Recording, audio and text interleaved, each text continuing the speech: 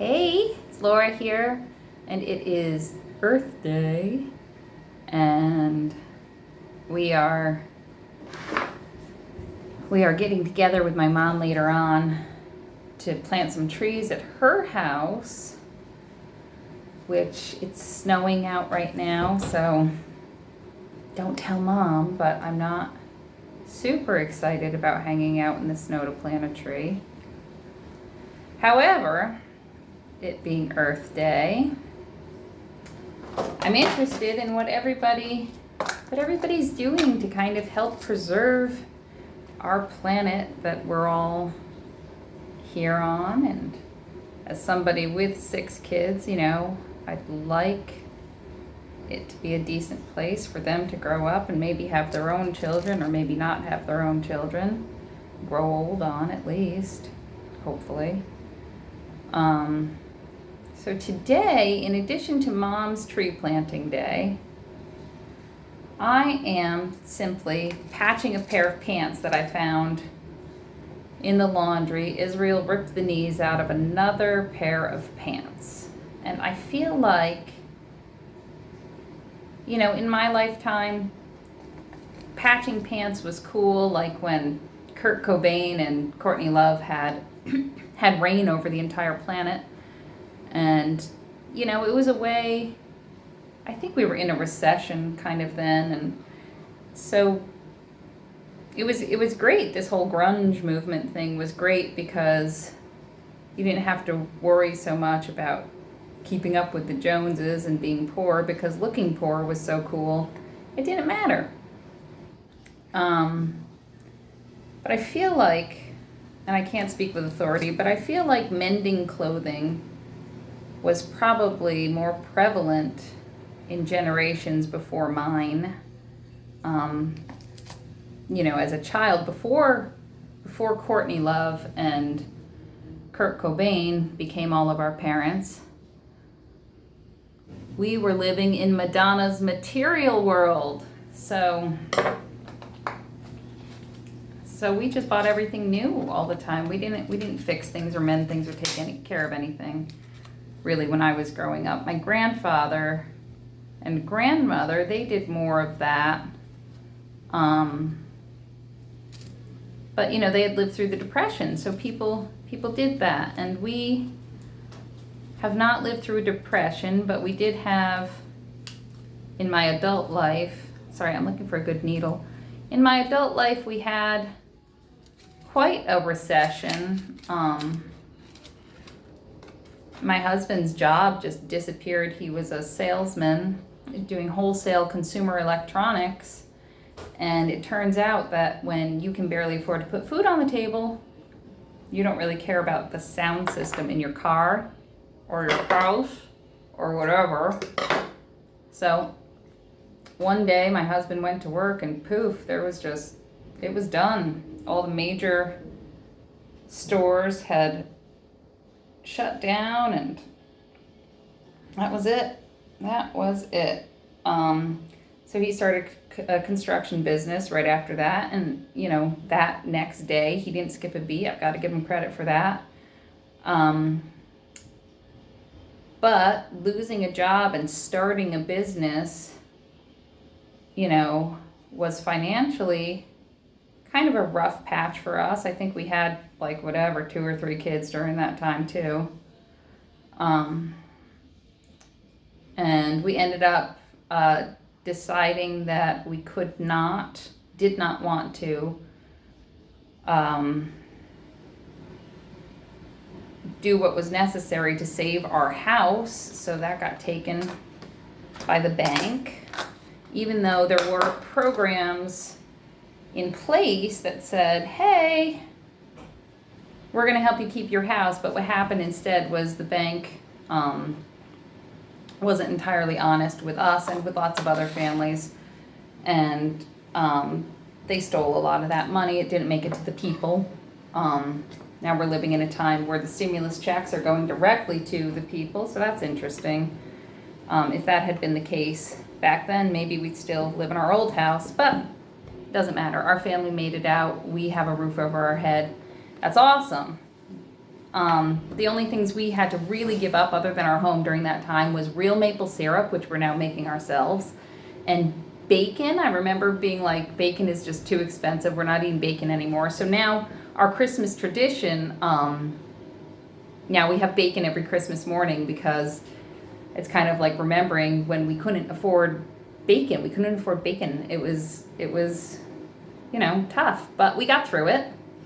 So what I've done here is I've taken a little piece of fabric, which we got out of a free pile, and I folded it in half to make it a little more sturdy, because this is going on a 7, 8, how old is he?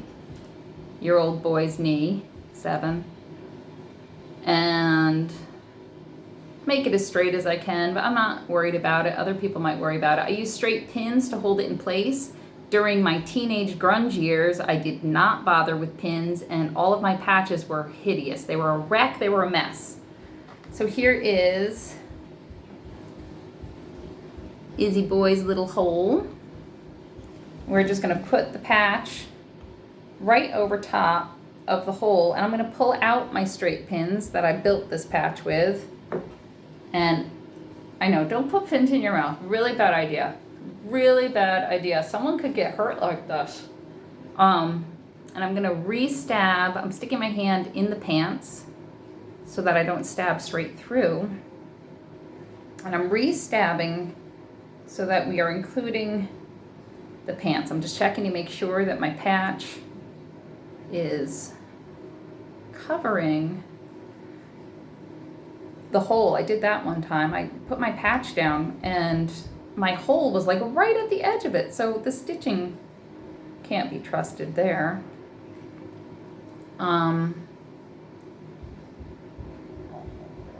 So it's unfortunate that, you know, when we really start thinking of ways that we can help the earth, how often that comes hand in hand with just being too poor to have any other option, being financially depressed. Okay, so now look, our patch is pinned on with straight pins, and if you care, something that I do sometimes is I'll take a straight edge. This is just the lid of my sewing kit.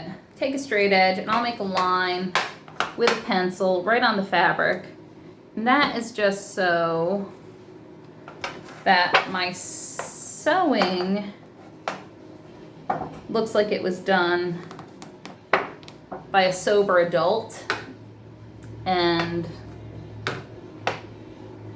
that's helpful also. It's helpful to me. And the pencil just washes off after a wash or so. We don't really mind about how it looks anyway. So anyway, the thing to do, have you all watched Dorothy's sewing starting video? Because that would be helpful for you at a time like this. Because I am just feeling inside of these pants as I start. I'm hand sewing. Other people probably know how to use a sewing machine. I don't. And I can patch clothes without a sewing machine. I can't even imagine how you would do it with a sewing machine. Again, no needles in your mouth, okay? I'm just looking for the end of the thread, our little knot, so that I can do the Dorothy move and put, you can't see that, put the thread through the knotted loop to hold it on tight. Because when your daughter teaches you how to do something, you know, you do it. At any rate, so patching pants, give these pants a new lease on life. I think that's, you know, something that like right now in my life, we're doing okay. Ariel's construction business that he started after that recession. Let's see, Aston was a baby, so Aston's 13, so the business is probably 12 or 13. And it's doing great. He's got more work than he knows what to do with, and we downsized to this littler house, so, you know, our living expenses are pretty low. So I could probably afford to hop in the car right now and get a new pair of pants without a hole in the knee. Why aren't I doing that? Because I think it's irresponsible. I think we don't want these pants to end up in a landfill, and they're cotton or something like cotton, and that's okay, but it still takes a long time to break down. And it's not even about that. I'm less worried about landfills than I am about the giant factory that had to produce another pair of pants because I didn't want to take the time to sit and sew on a patch. Now what's happening right now in my kitchen is I hand wash some dishes and they're in the strainer drying off, and so what am I really going to do? I've got a load of wash in the washing machine. The kids are upstairs playing on their lunch break from school. I've got nothing else to do. What was I going to do? I'm watching this really cute show I started last night. Kind of a documentary of, so far I've watched two couples who were married for more than 60 years. But, there's only so much TV my eyeballs need to watch. I got time to mend these pants. I could probably watch TV and patch the pants if I really wanted to, because that is a cute show. But I watch TV with subtitles on because it's usually loud in my house. I was very sick a little over a year ago, and I couldn't hear out of my left ear. I was diagnosed with bronchitis. I don't know if that's what I had. But my hearing in my left ear never got all the way back. So between the background noise in the house and the fact that I need the TV turned up to like rock concert level, it's not worth hearing everything. So I keep the sound kind of low and turn the subtitles on. And I feel like I can't read and sew. Anyway, Earth Day. Back to Earth Day.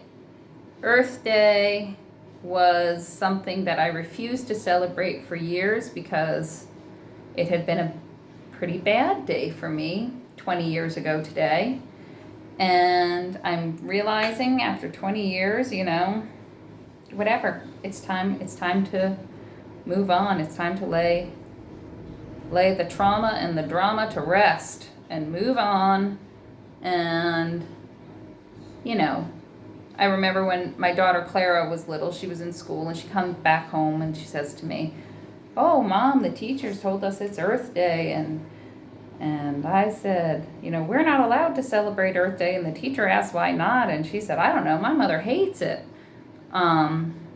Which sounds weird, right? So no more weirdness for my kids. All the kids at school were talking about, on their little online school today, we're talking all about Earth Day, and we're going to go plant that tree in Abuela's house in the snow.